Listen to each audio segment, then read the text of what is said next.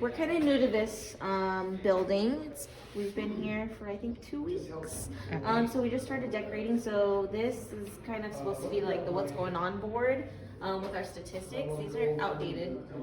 I just pulled them off the website. Oh, okay. Very old. Okay. So that's a work in progress. All of it is a work in progress.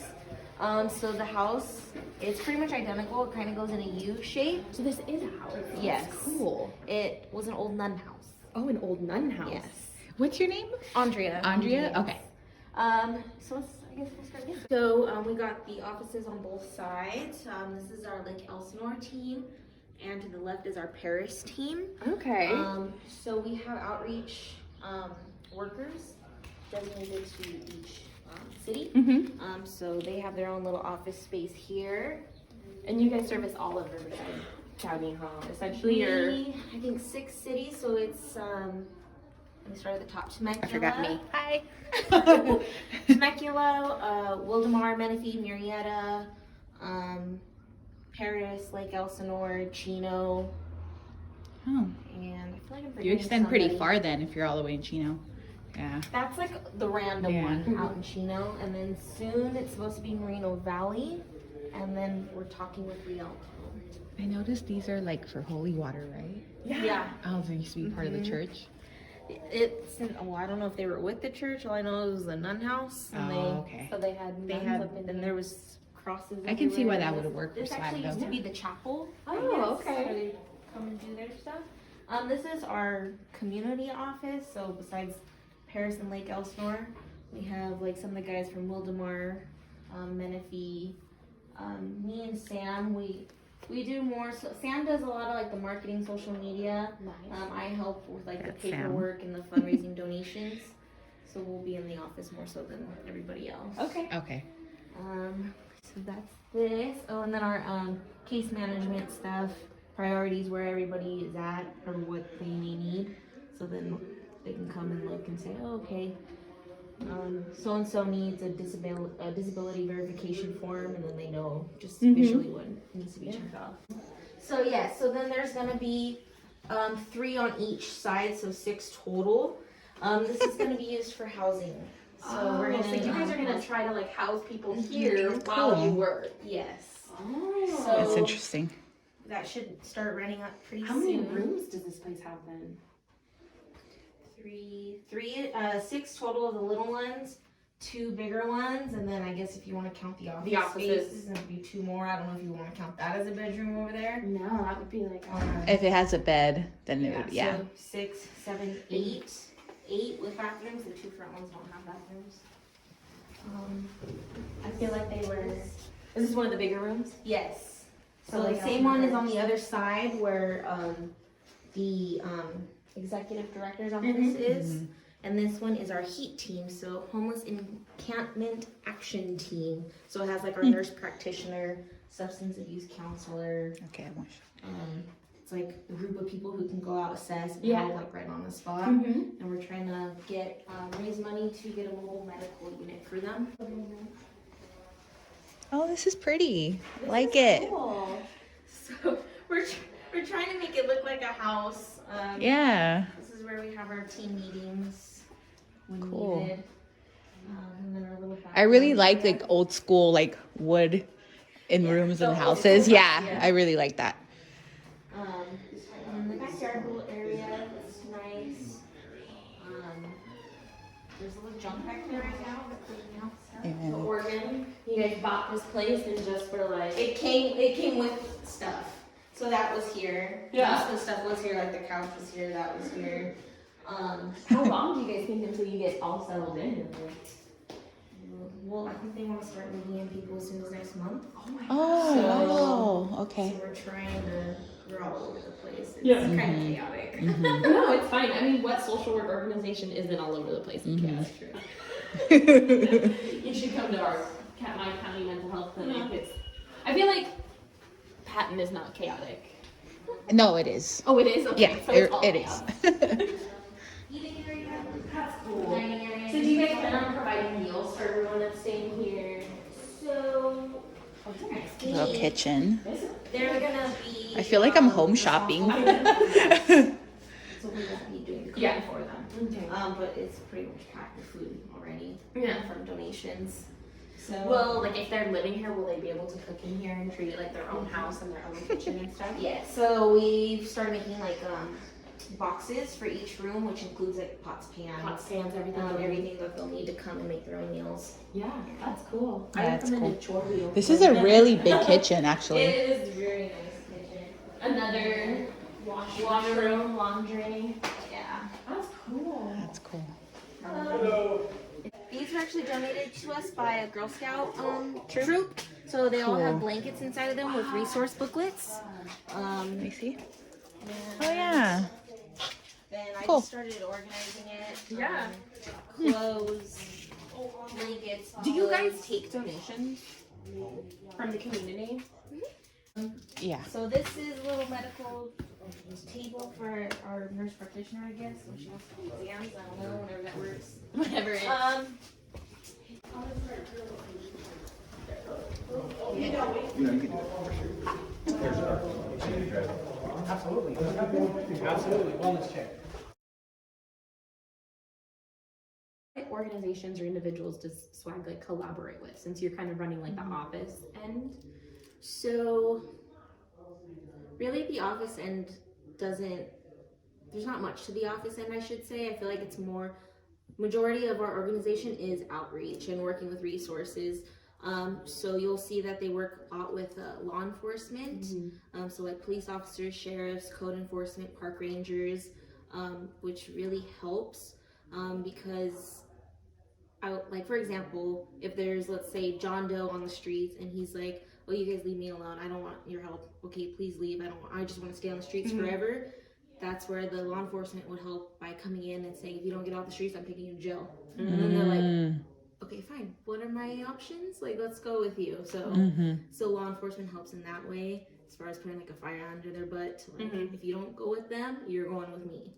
So they help us in that way. Lots of support from the community, cities. Like there's a lot of council people that love us and help get our name out there.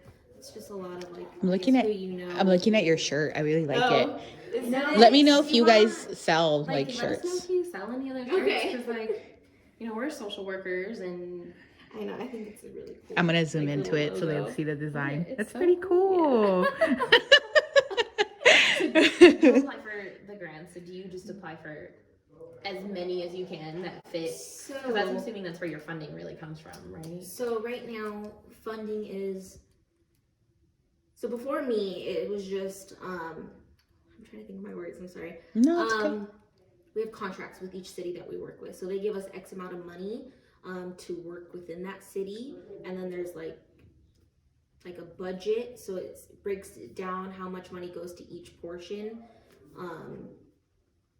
and that's really where all the funding is coming from. And then I came on offering, hey, like I can start doing third-party fundraisers, applying for grants for additional funding, because those city contracts really just pay for the employees to go do outreach. As you can see, like we need furniture, desks, and stuff. So that wouldn't be eligible under the city contracts. Right. So you get grants to kind of supplement. Right. So the other day, I think you called when I was Yes. applying. So that was the first one I applied for us.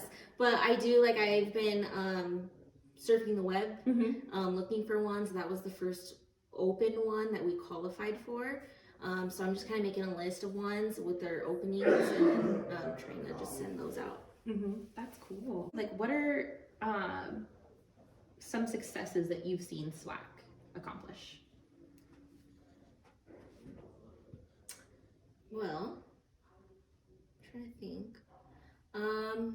So I feel like I'm not the best one for that. So I know there are street exits, and we usually share them. We have like a little group chat. So I'll see like at least like once or twice a week. One of the teams will like submit a picture and saying, "Oh, John Doe got off the streets and into housing," and we're the group who more so goes after the chronic homeless, the ones that everybody else kind of gave up on and doesn't want to. So they're a little harder. I don't know if that Those are answers your good. Those question. are good achievements and successes. So Yeah. at least getting one person off the streets, that's So great. yeah, we're getting a lot of like, oh, how are they doing things? Like, how do they get that? So people, I feel like, are thinking we're being shady because we're getting these hard to get off the streets people off the streets. We're just putting in the extra work. Like, we will literally have like people come in at 7:30 when we start, and some of our employees won't leave until like 10 p.m. and they have been with one client all day. And after 4:30 p.m., it's literally them like volunteering their time because they want that person to get off the streets. So we've had multiple like people who have been on the streets for years, and like other organizations or agencies have tried to reach out to them and they don't want help. And then after us bugging, they're like, okay, and then we get them off the streets. I hope that answers your question. Yeah, no, Right. I I can can ask Marquise if he has a success story. What are some really like good success stories of like what SWAC has done for our communities? Oh man, I know one in particular because myself, I'm a veteran, and it was out in the city of Menifee, in which we found a homeless veteran that was she was sleeping in a ditch that she actually dug into the ground, and she was in there for probably about 2.5 weeks, and her PTSD was so bad to the point where when we found her, she thought she was back in the war and all that kind of the good stuff. She was really hard to kind of talk to, and luckily myself and my colleague, we both were vets, so we were able to kind of communicate with her a little bit. But her PTSD was so severe that she once was a homeowner as well, and it just got really bad with her separating from the military, trying to keep relationships going, trying to ask for help and not really receiving any help and support. And so it allowed her disease to pretty much just kind of spiral out of control. And long story short, she ended up losing the home, and she's living in the ditch. And she was doing everything from defecating in there to sleeping in there to eating off the ground. I mean, just a really, really, really bad spot. Part of the success story is not only were we able to get her out of there and begin to get her over to the VA, where she's able to not only begin to speak with someone and get cleaned up, but she now lives independently on her own in veterans housing out in Long Beach now, Wow. And it was great. It was great. Little did we know that, family was trying to get a hold of her and also kind of try to build some bridges and mend a couple of bonds there. And, with just a really good group of support around her, allowed her to, kind of become self-sufficient once again. Now she's able to get the care she needs on a regular basis, speak. She can do normal things that, individuals like myself or you can do on a day-to-day basis. So, a lot of it comes with building relationships. So we kind of pride ourselves on that, 100%. It may not be a yes today, but hey, if I come and I visit you every now and then and just kind of see how you're doing and check in on you, and after a while, we can hopefully have more breakthroughs like this veteran. So So that's I have pretty much it. 2 more questions for you that are not on the list, if that's okay. So my first question is, what separates you guys from other organizations in Riverside and San Bernardino County who do work with the homeless population and try to help them? Because we are willing to go the distance, no matter what. No questions asked. If it takes coming in early and leaving later, whatever it takes to get you to that next step, we're going to do it. And it's more than just, hey, Mr. Smith, I know you're not ready to go to treatment today. I'll just see you when I see you. It's more so, Mr. Smith, let's talk about why you don't want to go to treatment.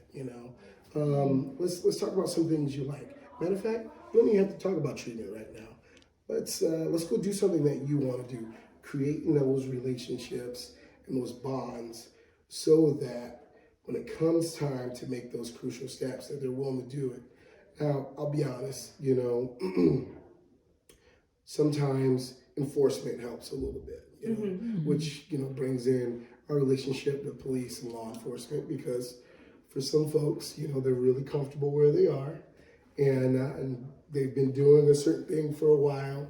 But with law enforcement, if they can offer the option of, in some cases, go to jail or go to treatment. Usually it's been treatment, and then, it helps open the door to their care. And, that's another success of what we do. It's another thing that makes us different, and it's not necessarily using the police so much to just get people to move, but to also bring them in and show them where they can fit in helping rectifying the homeless problem in a healthy way, rather than just throwing everybody in jail. Does it take that sometimes? Yes, I'll be honest. Sometimes it takes some of the service-resistant clients to kind of be uncomfortable to begin to seek treatment and care. So my second question is, how can these? I'm just coming up on the fly. They have no list for these. Okay. So how can, for example, like our classmates who we're all going to be up and coming social workers with MSWs graduating in 3 months and 20-ish days. All right. So 3 months and 17 days. So- Yes. So how can we help your organization? How can the community help your organization? What can we do? Okay, so on a personal level, never give the panhandlers, okay? Don't do that. We understand that a lot of people have really big hearts, and they see that person that's on the off ramp and they want to just give $1 and, and they like to have their little sign. Trust me, do not give to them, because it does not help. So it's not help it's at just all. enabling. It's very enabling. It really is. Now, I know there's situations where someone could be down and out on their luck. If they're hungry, buy them something to eat. If that's what you want to do. But never give any monetary funds. Another way you can help is just by just volunteering, encouraging others to if people are complaining about the homeless issue, inviting them to one of our community service meetings. We try to put them on in all of our cities that we work in on kind of on a monthly basis, just to educate and inspire and tell everyone what they can do. So that would be the very first stop, is having them participate in our community engagements. If you want to donate, also contacting us. We have a volunteer coordinator here that will take in different types of donations and things of that sort. And that's primarily it. That's primarily it. Okay. Knowing and understanding that there is a healthier way to help individuals. There's already structure, there's already guidance there, and it's just asking the right people. Do you think that you guys successfully accomplish your mission and your vision for the organization? Yes, every day. Every day? Even in the failures. In the failures? We do, because I'll tell you right now, we have one lady that we work with. She's been on the street for like forever. She's probably already been through like 4 or 5 different room and boards. She's stayed there for a day and been like, nah, I don't want to do this, But it's just not giving up on her. It's not giving up on her. Because there was a time in which she wouldn't even talk to us at all. Now we're taking her to room and board. So, it depends on the relationship. Our assignment was all about collaboration, so it seems like that's the core here, is collaboration with everybody. with everyone. I know. And you have to push some of those 9-to-5 programs and say, hey, do your job. We're not necessarily in people's faces or anything. But it's whatever it takes. Or Push whatever those county workers. We have a lot of county workers in our class. That's Okay, so we know. You're literally talking to a classroom filled with San Bernardino county workers. Okay. I know. I feel like at SWAG, everybody has their own special thing to give. Yeah. Like he was saying, how BJ brings the medical part of it. He has veteran background. Like everybody has their Something to special offer. thing to give. Or even like with certain clients that don't want to. Let's say if I try to approach somebody and they're like, oh no, I refuse. Like I could possibly go to Marquise and be like, hey, can you try? Because we've had clients like that. Like with Omar, I've heard Omar, this one person that we have, he has refused to speak to people multiple times. And we brought on this one guy. He went up to him and talked to him. He started talking back right away. He was like, okay, this is my person. So everybody kind of has their own special, and if one person can't get through to somebody, we kind of use each other. Hey, can you try? And some are more successful than others. Yes. Or he's just in there. Yeah. Oh, yes, that's true. Okay. Yeah. Yeah, it depends on the person, you know. So we just kind of, like you said, we just keep rotating people. So what do you think is your biggest challenge as an organization? Like,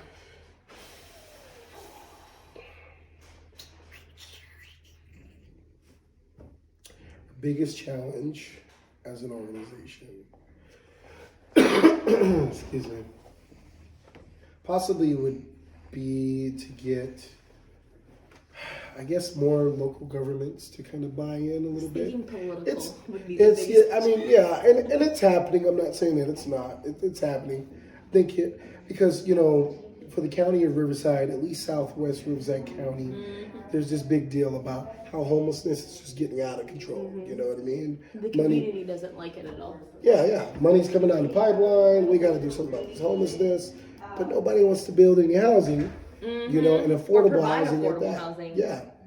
So that's the biggest challenge. But they'll is- be building 5 to 7 bedroom homes at over 500,000, no problem. Absolutely. But Absolutely. any affordable housing in this area is Absolutely. shot None. down.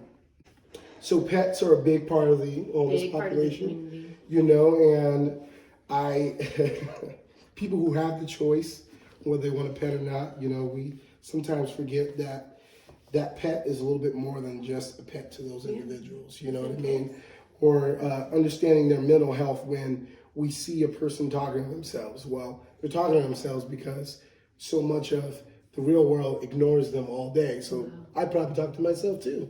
And yeah, I'm gonna talk to my pet. But if I know this person needs to get into treatment, the first thing that they're gonna say is, well, where's my dog gonna go? Where's my cat gonna go? Or what have you. So then it takes us, you know, communicating with local animal control or shelter-based programs that will take in some of these animals sometimes for a short period of time while their owner is out getting treatment, you know. And it's things like that that you won't see from a city-based government or government-based homeless outreach group, you know.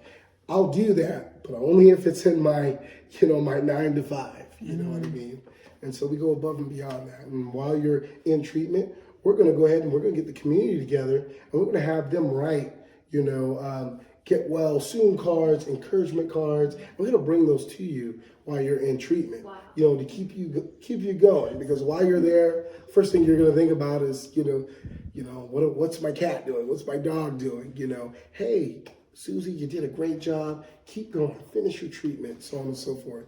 Our case managers, they're going to come and visit you while you're there. You know, we're going to talk to you. We're going to see if you need anything. If you got a favorite sports team, you know, as long as you're not a Dodger fan, we'll be there to help you. We'll be there to help you. We're going to do everything. All right, that's it. Time to go.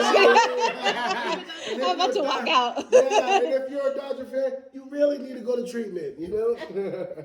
I'm shaking my head. I know the camera can't see it, but yeah, it's all good. Yeah. But, you know, and then when you come out, now we're going to talk about, now that you're stable and you're kicking your addiction and you're on your way back to being sober, we're going to talk a little bit about housing options. We're going to try to find some skills that you're either possessed at one time. How can we hone in on those to bring those back? Or how can we find a new skill for you? You know, hey, have you ever thought about going to school? what about those chronically homeless individuals that are also severely mentally ill? Because I'm hearing treatment, but is that substance abuse treatment, or what do you do with those that are like having positive symptoms, schizophrenia or something, and that's why they're talking to themselves? Yeah. So with individuals that are very service resistant like that, who their mental health is in a really bad spot, and it's very sad. It breaks my heart, you know what I mean? Because you know, these people were someone's little babies at one time. You know, I always think about that. Like at one time, families got together in celebration of this person being born. You know what I mean? That's the human connection that a lot of people tend to forget about the people we work with. It's very important. And so what we do is we have to bring the services to them. So we have to find a lot of the county or law enforcement agencies that have specialized groups that will come out and do, you know, bring mental health treatments to them. You know? Okay. So I know that we've talked to a couple different people, and you guys have talked about like expanding and getting like a medical outreach team, and like what different professions do you employ at SWAG? Like what different like community members work at SWAG to kind of provide this all around wraparound care that you're trying to do? You know what? It all depends on a lot of our backgrounds. So like I used to work for the city of Riverside doing homeless outreach. I also worked for the VA helping homeless veterans find housing. And I was an apartment manager for low-income families for the last 5 years. 5 years. So I kind of have always had that. Yeah, I've kind of always worked around in that environment. We have BJ, who's a nurse practitioner. She used to work in a lot of ERs and stuff like that. She brings a really great aspect to our team by being able to provide medical, assistance right then and there. Especially if we need help with getting disability verifications, because there are some voucher-based programs for housing that require that. You know what I mean? A big part of what we do also, it's even in our mission statement, is advocating. Yeah. Our clients are exactly that. I remember being at a community meeting about 2 weeks ago. One guy raised his hand. He goes, these homeless people, why do you call them clients? And, my answer to that was because we work for them. We advocate for them. We do everything that we can to be their voice when it comes to navigate through that system. And, we're just a bunch of soldiers that have decided to raise our hands and say, you know what, we're going to take it on. We're going to get through the system. As we're going through the system, we're going to make key connections with individuals, and we're going to speak out and ask and see what we can do to streamline some of those things. So we just got to go through it. Community engagement is really big. Community needs to be engaged. 100%. 100. Well, I feel like there also needs to be community education. Yeah. They don't understand. So I feel like if they understood, then maybe they'd be more like understood what you guys did, how much change you guys. Because I'm gonna be honest, before David started working in this field, my mindset was like, ugh, homeless. Like I don't want anything to do with you. Like you did this to yourself. And then now with him working here, my mindset is pretty much different. I'm just like, okay, it's not necessarily that they did it to themselves. It's like mental and substance abuse or something happened in their lives that, led them to this point, and it's not really their fault. They just need some help. Yeah, and we've talked about it in class too, how important it is educating our communities to hopefully create change. I think that would help if the community understood. I like that. You guys are good. You guys are good people. Well, we got a lot of information. Yeah, we got a lot. We got a lot. So I'm glad Marquise was here. Thank you, Marquise. Thank you. Thank you. I need help. I know. When I heard her little feet coming along, in my head, I was like, this little lady gonna ask me to say something. Hey, Marquise. Whatever. Innovations, success, SWAG Action Group. I Yeah, don't know if that could be in. Okay.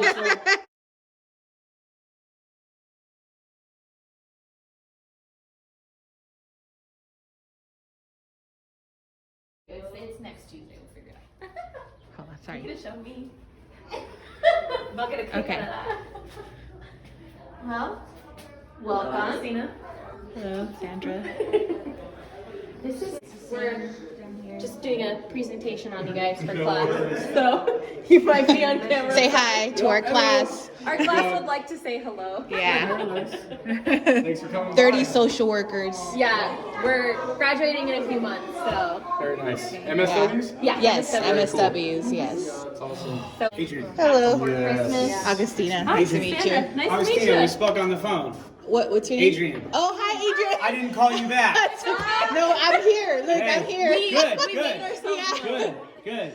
I know. I do it the other day, and I didn't save the number. And the other day, I was like, man, I know. I don't remember which number it was. And I was gonna start calling back random numbers. I was like, oh, she'll call back.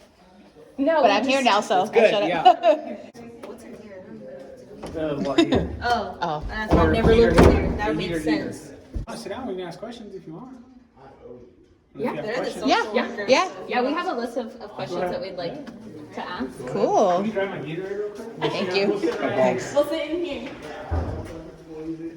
Sorry. Oh no, you're all good. I'm all there. You guys got a better person in. No, it's okay. I really like your glasses. I always look at people's glasses because I'm, four eyes. Right. Yeah, I texted her. I was like, "Are you guys taking pictures or anything?" We're okay. We're okay. Don't worry. Yeah. We're good. Yeah, we're good. Do we record the interview or do we just like I ask? think we record if they're okay. Okay, With it. I think it'd be okay. cool if we recorded it because then it could be like he's presenting. Oh yeah. Whoa. You guys do like outreach field work. Yeah, we're like literally in the trenches out there. You know what I mean? And it's doing every. Oh, sorry, that's my tea. Hold on, just hold on. Oh. I was like, what is that? I was like, is that? So that if we see anything that we can like volunteer or help. I hear him yelling. Sorry. He's something else, man. No. Children, hopefully I'm speaking clear enough. I'm sorry. Yeah. No, My yes. voice is kind of choppy, so if you're like recording it, you know. I am. So where did they go to find those community Events. things that you were talking about? So we try to post them like It's on Facebook, Instagram. Facebook. Facebook. Okay, so Facebook is the place to.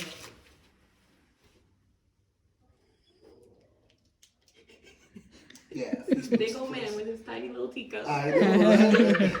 I always keep a packet of tea in my wallet. Always. I noticed that. I was like, he took out his, like, I was like, what is he taking out? I know. Man. You're giving me ideas. I'm like, I love tea. Little cup in his big old hand. I know. I can't get over it. So that's how you can find us, young lady.